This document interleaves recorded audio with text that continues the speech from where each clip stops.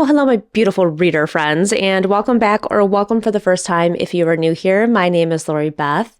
Welcome to my little corner of the internet, aka my booktube channel, where we get into all of the bookish small talk.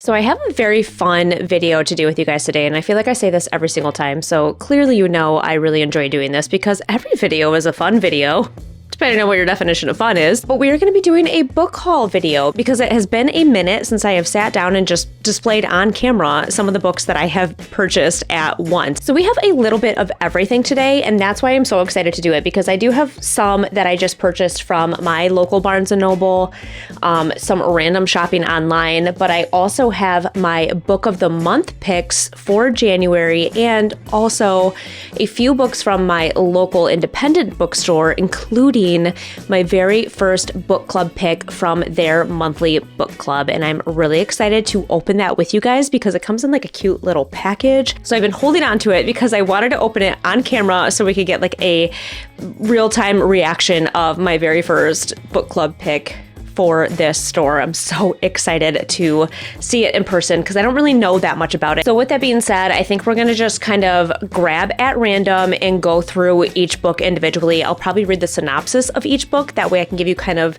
a very concise idea of what each book is about and probably like my initial thoughts and feelings on that book. But we do have quite a few books to go over, so we are going to go ahead and jump right in. So first up, I'm just going to go over the Barnes & Noble's books because they are right here on top. And the first one is The Pachinko Parlor by Alyssa Schwa Dusipin, and I apologize if I butchered that name. It is a very beautiful name that I, of course, probably destroyed on camera, and I'm so sorry about that. But look at how beautiful the cover of this book is. I mean, colors, shapes, flowers.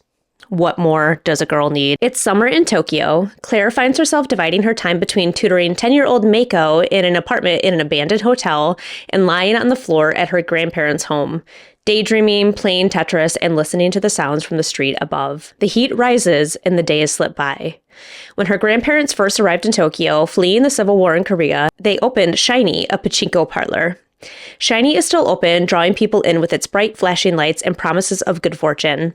And as Mako and Claire gradually bond, a tender relationship growing, Mako's determination to visit the pachinko parlor builds, and with it, Claire's own desire to visit Korea with her grandparents. The Pachinko Parlor is a nuanced and beguiling exploration of identity and otherness, unspoken histories, and the loneliness you can feel among family. Crisp and enigmatic, Dusipin's writing glows with intelligence. So I feel like I've talked a lot about smaller translated novels that have been very transformative for me and very gripping for me to read. And when I read the synopsis of this one, I was immediately drawn to it because it felt like it was another pack-a-punch type of story. So I love the idea of touching on some heavier themes like family issues or identity issues in a shorter novel format. I just love shorter novels more and more. Again, not to repeat myself so much, but something that can really be hard-hitting that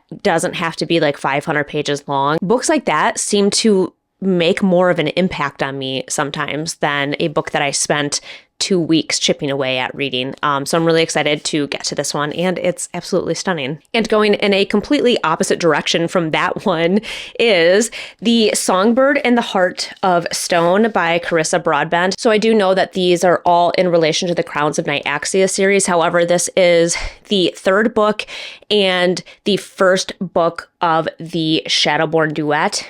I am going to read the inside cover of this.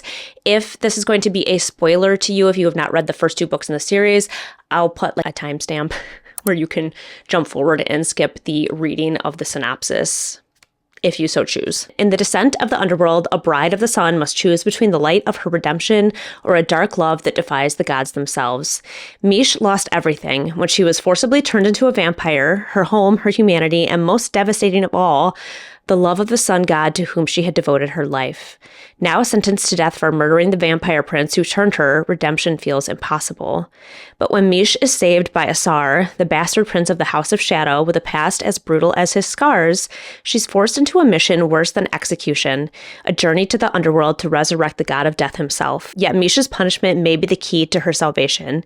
In a secret meeting, her sun god commands her to help Asar in his mission, only to betray him. By killing the very death god, she'll help resurrect. Mish and Asar must travel to the treacherous path to the underworld, facing trials, beasts, and the vengeful ghosts of their pasts. Yet most dangerous of all is the alluring call of the darkness and forbidden attraction to Asar, and burgeoning bond that risks invoking the wrath of gods. As her betrayal looms, the underworld closes in, and angry gods are growing restless. Mish will be forced to choose between the redemption of the sun or the damnation of the darkness. So I have talked about Carissa Broadbent on so many occasions, especially in my last few videos, like my top videos of 2024. I just absolutely fell in love with her writing style and this world. So she has really brought me back to loving a vampire fantasy story, but giving it to me on like an adult level. I swear this is like ACOTAR, but with vampires, and it gives me all of the things that I love in a romantasy series.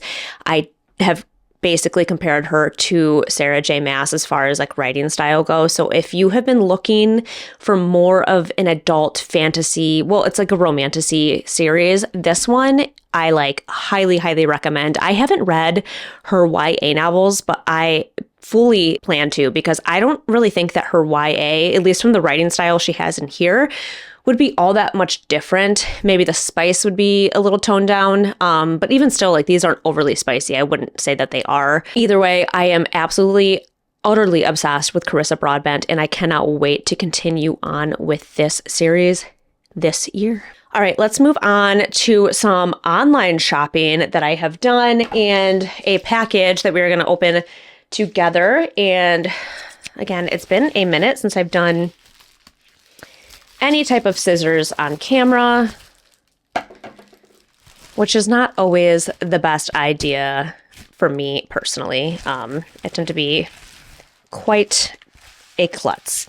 All right, but a book that I have not been able to find in any of my stores, and I can't believe it, although maybe it is kind of believable. It's a very gripping novel, a novel that has become popular yet again, but I felt like I just really needed it in my life, and that is Giovanni's Room by James Baldwin. I'm sure a lot of you have probably heard of this book and James Baldwin in general, but let's go over the synopsis together just in case. Set in the 1950s, Paris of American expatriates, liaisons, and violence, a young man finds himself caught between desire and conventional morality. With a sharp, probing imagination, James Baldwin's now classic narrative delves into the mystery of loving and creates a moving, highly controversial story of death and passion that reveals the unspoken complexities of the human heart. I mean, do you need much more in a synopsis than that? And there's a few blurbs on the back that just make it even more gripping. A novel of unique emotional intensity and exceptional beauty, hypnotic, intimate, harrowing, a portrait of a man torn between a woman and another man. Groundbreaking for its time, it remains a transcendent novel. Also blurbed as violent, excruciating beauty.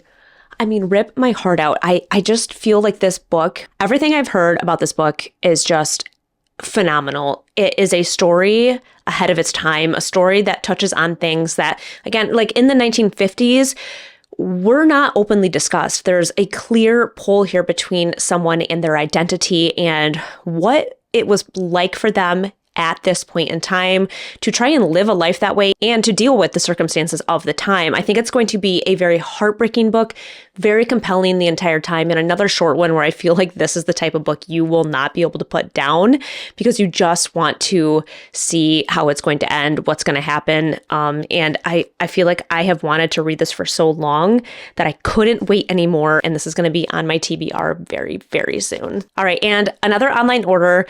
However, this one came from Waterstones, so overseas for me here in the US, but it was because the edition of this book is just so stunning. I couldn't help but want it for my own bookshelves. And that is The City and Its Uncertain Walls by Haruki Murakami. And let's talk about this beautiful waterstones edition. These beautiful painted edges. Absolutely stunning, and not gonna lie, kind of just knocks the US cover like out of the park. So I said what I said. But let's go over the synopsis of this one together, because if I'm being honest, I don't even really know too much about this book, but I'll get into why I bought it in just a second. When a young man's girlfriend mysteriously vanishes, he sets his heart on finding the imaginary city where her true self lives. His search will lead him to take a job in a remote library with mysteries of its own. When he finally makes it to the walled city, a shadowless place of horned beasts and willow trees, he finds his beloved working in a different library, a dream library.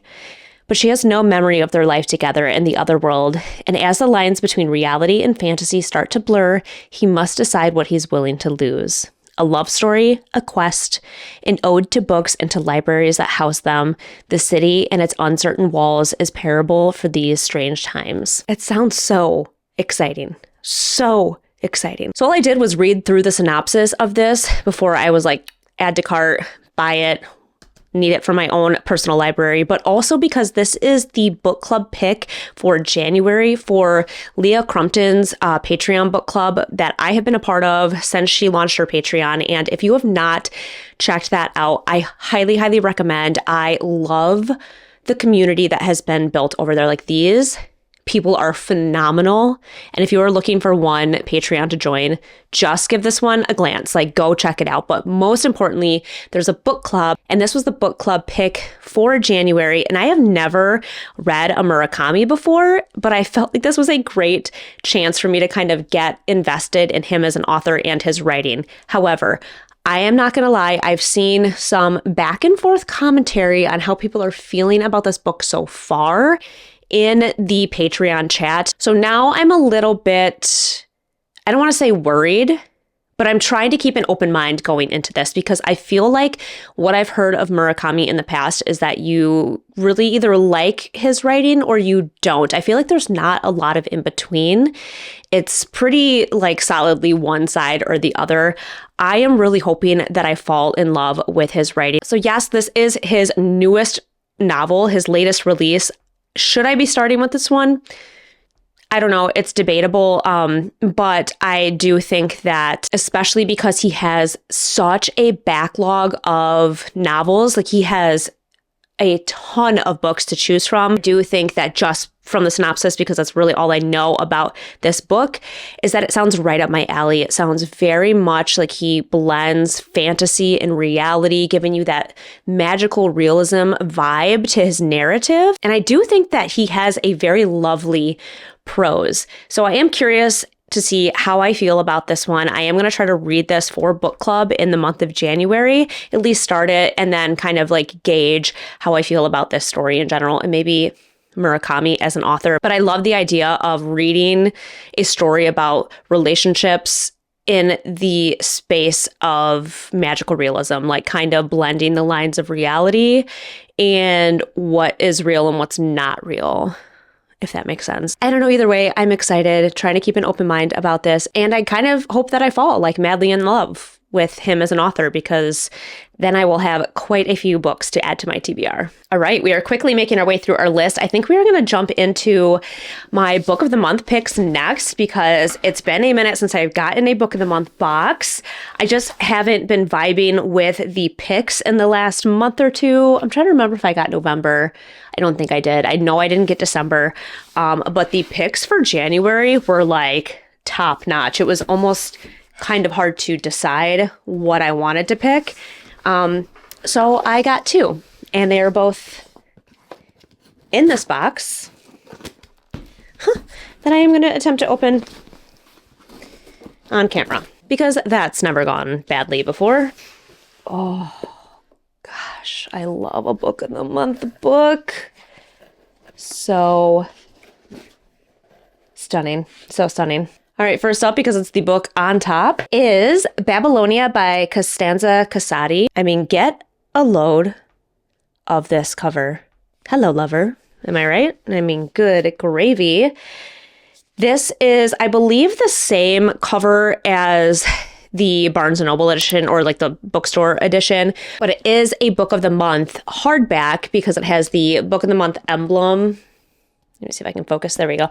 So Book of the Month emblem on the side and the front, which I've talked about in some of my old unboxing videos. I love the way that these look on my shelves. They're so clean. They're so beautiful. They're so aesthetic. And also because Book of the Month just, man, they give you some solid pick, which is kind of the whole point of it. And I'm just going to do a quick blurb here. This video is not meant to necessarily make you do any type of like subscription box, but it is such a good service because they are out there doing the research for you. Like that's all they do is scour the internet for the best new releases, sometimes early releases you can get through Book of the Month, which is so freaking cool if you want my honest opinion. And they also offer a list of books available for different genres. So they'll usually have romance, fantasy, fiction, thriller. I don't know. In my opinion, I've just been very satisfied with Book of the Month. Also, you can skip at any time. So if you don't see anything in that month's picks, you do not have to get anything at all. But I am kind of going off on a tangent. Let's look at this book a little bit. Oh my God, look at the end pages. Beautiful. Oh, and there's a map. Hello. Go on this side. Oh, we love a map. Stunning. All right, I've kind of lost the plot here, so let's just go into the synopsis of this one. Babylonia, across the centuries, has become the embodiment of lust, excess, and dissolute power. In this world, you had to kill to be king. Or, in the case of Semiramis, an orphan raised on the outskirts of the empire, queen. Nothing about Semiramis's upbringing could have foretold her legacy, but when she meets a young representative of the new Assyrian king, a prophecy unfolds before her, one that puts her in the center of a brutal world and in the hearts of two men. Caught in the politics and viciousness of ancient Assyria, Semiramis trains in war and diplomacy, and with each move, she rises in rank, embroiled in a game of power, desire, love, and betrayal until she can ascend to the only position that will ever keep her safe. I am almost certain that I mispronounced that name every single time that I read it, but how could that story not just like suck you in and grip you from the beginning? There's nothing I love more than a bad female character full of rage that is like, I am going to do what needs to be done to make sure I survive in this world. I love the vibe that this brings to the party, if I'm being honest. And I've heard nothing but good things about this author's writing. Never read anything by her before, but when I saw this on Book of the Month, I was so enthralled by it. I was like, I need that in my life. Not sure where this is going to fall yet, but hopefully pretty soon within this new year. Next up is Beautiful Ugly by Alice Feeney. And I don't know if you can see this in the camera lights, but there is like a shift on the text of this book. Like, look at that. Stunning. Matches my nails. Love that for me. So this is what the original cover looks like, but I doubt that the original cover has this beautiful foiling on the front of it. At least I'm just going to pretend that it doesn't because I feel very special holding this in my hand. Then again, that book, oh, there we go. Book of the Month emblem.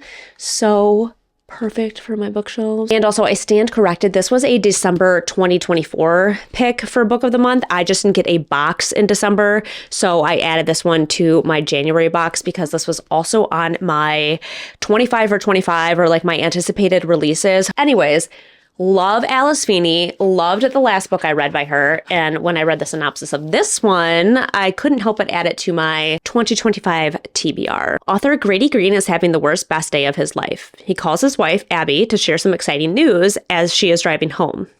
He hears Abby slam on the brakes when she sees something in the road ahead. Over Grady's protest, Abby gets out of the car. When he eventually finds her car by the cliff edge, the headlights are on, the driver's door is open, her phone is still there, but his wife has disappeared.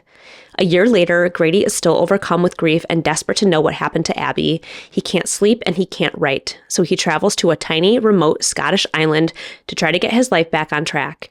And then he sees the impossible. a woman who looks exactly like his missing wife. So the last novel I read by her, Rock, Paper, Scissors, was very similar to this. There was kind of like this isolated vibe to it, which I think like enhances the feelings of a thriller for me. There's something I really enjoy about a character or a set of characters that are kind of in seclusion, because I feel like it already like amplifies that thriller tone. I also think she is good at playing on the atmosphere. So like a small remote Scottish island is already so descriptive, but as you're reading her writing, like you can truly feel yourself like where her characters are at. And again, I think it just kind of adds to that tension building over the entirety of the story. I also feel like her last book had like a damn good plot twist that I didn't see coming, which I always appreciate. Like I don't read tons of thrillers. I kind of try to spread them out because I think that's the problem with thrillers. If you start reading too many of them, you kind of just like get really good at guessing like what is going to happen. I did not feel like that with her last one. So I'm hoping this one brings the exact same vibe. And I cannot wait to read it. It's also just a stunning book, so I'm excited to get this on my bookshelves. All right, my friends, we are quickly making headway here, and we're going to move on to our last item to open together, which is from my local independent bookstore, Literati bookstore in Ann Arbor, Michigan.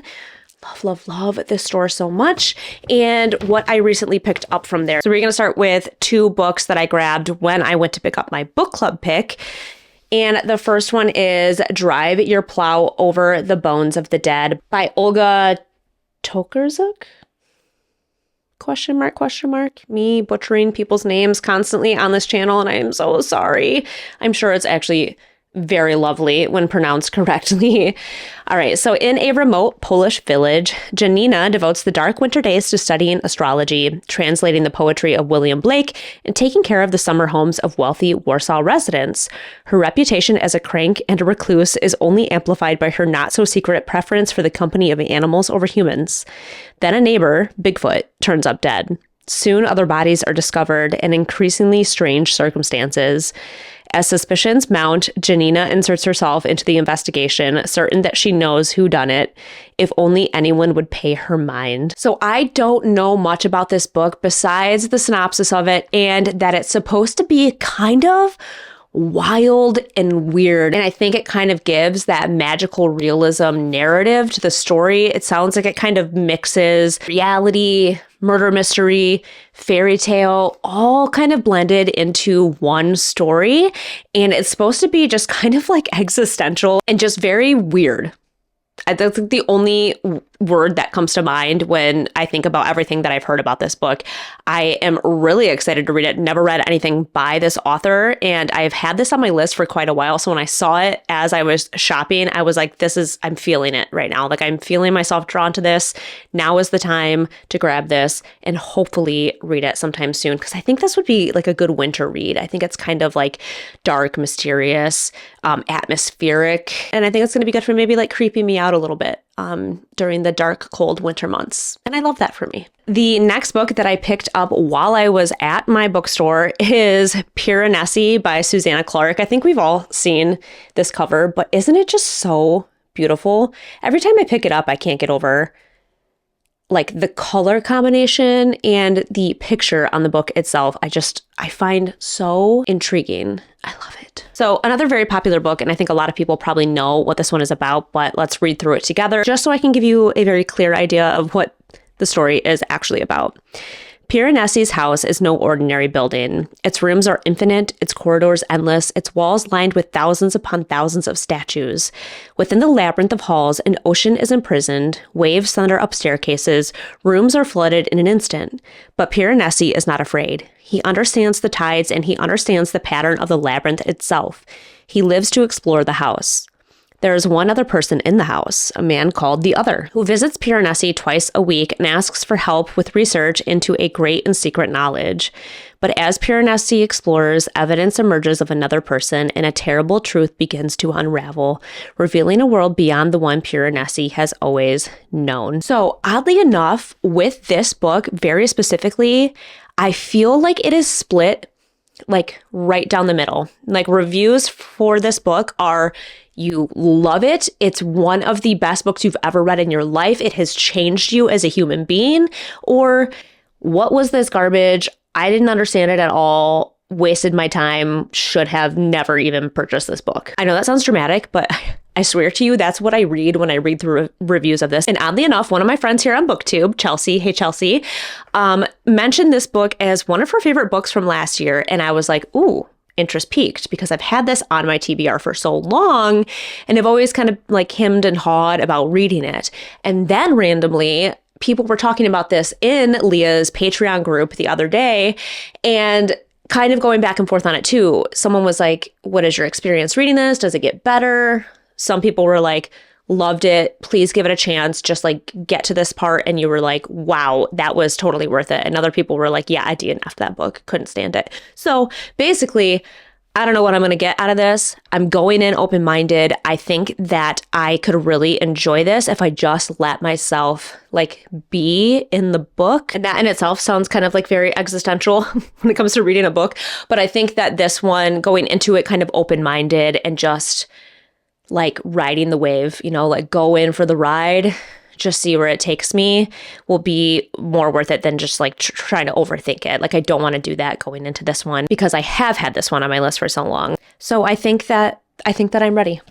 I think I'm ready to do this. All right, so we have made it to the last book in our video, and I did kind of save this one for last because I have been so excited to get this. If you watched my birthday vlog, you saw a little insight as to what was going on with this book club subscription. So this independent bookstore does a few different book clubs that you can be a part of. It's a monthly book club. And the one that I chose to subscribe to is called the Literati Insisto. This is a pick of an independent author or independent publisher. So the person that runs the book club at this bookstore picks the book for you every month. And one of the really cool things about this is each book you get every month comes in your own personal little package with the book club stamp on it.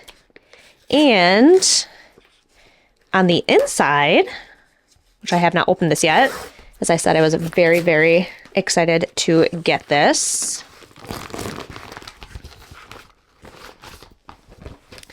It also comes with a hand-typed letter on one of their vintage typewriters that they keep in the store, like an old school ribbon typewriter. Is very, very cool. But it kind of goes into what the book is, why they chose that book, what the book is about, any detail about the author, so on and so forth. I was so thrilled to discover that this bookstore was doing a book club like this. Not only do I love supporting my independent bookstores, I also like supporting independent authors and publishers because we all know it is a savage dog-eat-dog world out there. And I also like to just be introduced to things that I would maybe never pick for myself.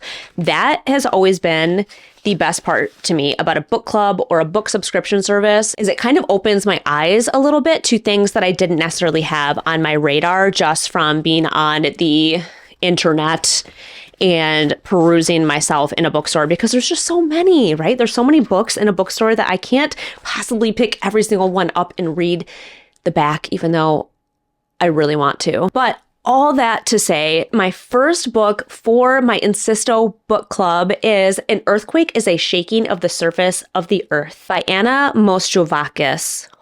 Another beautiful name that I'm sure I am not doing service to, but check out this stunning cover. Love, love, love. And we will read what this book is about together. Because if I'm being honest, I actually know nothing about this book at all. So let's learn together, shall we? After a seismic event leaves the world shattered, an unnamed narrator at the end of a mediocre acting career struggles to regain the ability to walk on ground that is in constant motion. When her alluring younger housemate Tala disappears, what had begun as an obsession grows into an impulse to kill, forcing the narrator to confront the meaning of the ruptures that have suddenly upended her life.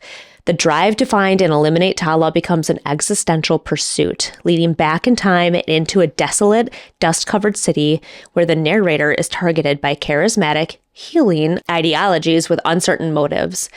Torn between a gnawing desire to reckon with the forces that have made her and an immediate need to find the stability to survive, she questions familiar figurations of light, shadow, authenticity, resistance, and the limits of personal transformation in an alienating world. Darkly comic, deeply resonant, and hallucinatory in tone, An Earthquake is a Shaking of the Surface of the Earth will appeal to readers of Emma Cline, Dion Brand, and Shayla Hetty. If I'm being honest, this is giving very much like Death Valley, Melissa Broder vibes to me, and I am 100% on board with that.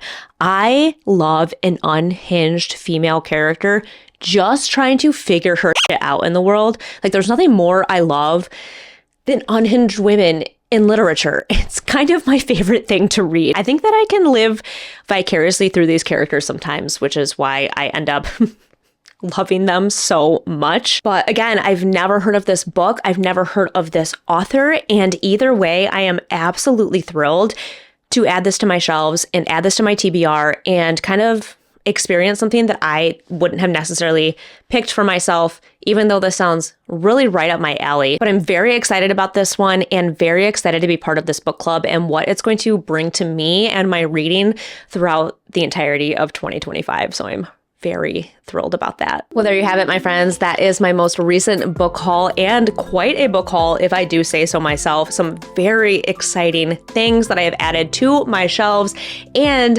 very excited that I have 2 book club picks in this pile. I am so excited to be part of more than one book club now. I went from like no book clubs to 2, and I feel like I'm gonna have to check myself here pretty soon because I could just very easily keep joining club upon club because I just want to read all of the things with all of the people all the time. Kind of a crazy person, but I wouldn't be me if I wasn't. So per usual, I would love to know if you have read any of the books that we talked about in today's video, or if you haven't, do any of these books stand out to you? Maybe as something that you would add to your TBR from the synopsis that we went over? Drop either in a comment down below. You know I'm here for all of the bookish small talk, so let's start a conversation about things. And of course, if you liked this video, go ahead and hit that thumbs up button because it always helps a girl out.